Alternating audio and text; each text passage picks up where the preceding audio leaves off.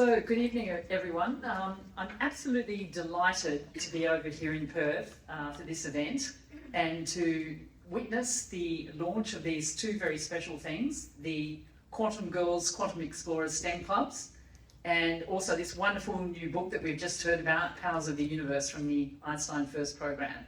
So, for me, that's personally very exciting to see that. I want to give a couple of insights from my own story, just because it relates to this and where we're going. So in important ways throughout my own career, we've come a long way in terms of bringing women into STEM disciplines and careers. And just to give you an example of that, I was an undergraduate at Monash University in Melbourne, and I did a 4-year Bachelor of Science with honours degree. And in those 4 years, I never had a single female lecturer. And that's in a very formative part of one's career, so obviously this makes a huge impact. In 1998, I became the first female continuing academic in the Department of Physics at the ANU in Canberra, and in 2009, the first Professor of Physics at ANU. So you can tell by the dates that these are quite recent for these sort of developments, and we have in fact come a long way even since then.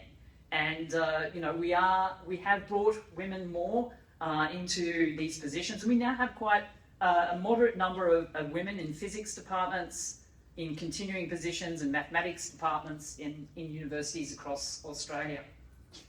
So we have come quite a long way, but although we've come a long way down the path, perhaps everything isn't quite all as it seems.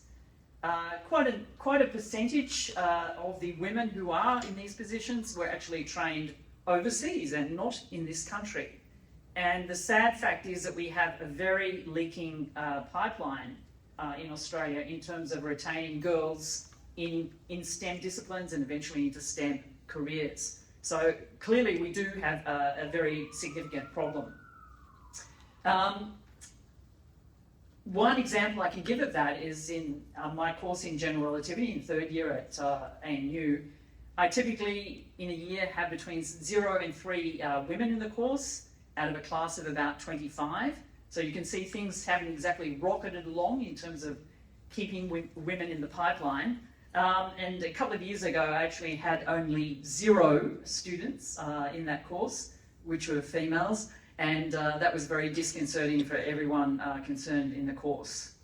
And even at the first year level, sort of the intake into physics at ANU, the percentage of women is quite low. And we do know, and we've heard tonight, that the problem starts much further down the system in the early school years going forward. But it's not all doom and gloom. We actually have. It's all right. It's picking up. Yes, my movements. That's all right. It is. We're just Very good. keep on with you. Yep. Yeah, so we've been hearing about tonight, we have these fantastic initiatives, the Einstein First and Quantum Girls programs, which were initiated and developed here in Western Australia. And you're very lucky to have that because they are very special. They are making a difference. They're bringing in new, novel teaching techniques to the school level in terms of teaching physics and associated mathematics, and already having an impact and making a difference. So they're very important. They're introducing general relativity, quantum mechanics, quantum computing in the school level. They've modernised the whole curriculum, and I do feel that this is absolutely the way forward. We need desperately to be doing this. Just looking ahead now, I mean, Australia is going to be facing very, very big scientific challenges in the coming years. We're facing climate change, we're facing energy issues, we're facing pandemics, we're facing global pollution, you name it, and we also want to embrace the opportunities and advances in things like the aerospace sector, quantum technology, and so on. And to do this, we are going to directly need to address the situation with teaching our children at schools. We are going to need to bring in these sort of programs to really captivate the kids, engage them in the science, and keep them in the pipeline. And I think that the Einstein First and Quantum Girls programs exemplify the sort of approach we need to have, and we need to really build these programs and make them come into play across the whole of Australia. So last year in June at the Australian Academy of Science in Canberra, we had the national launch of the Einstein First program.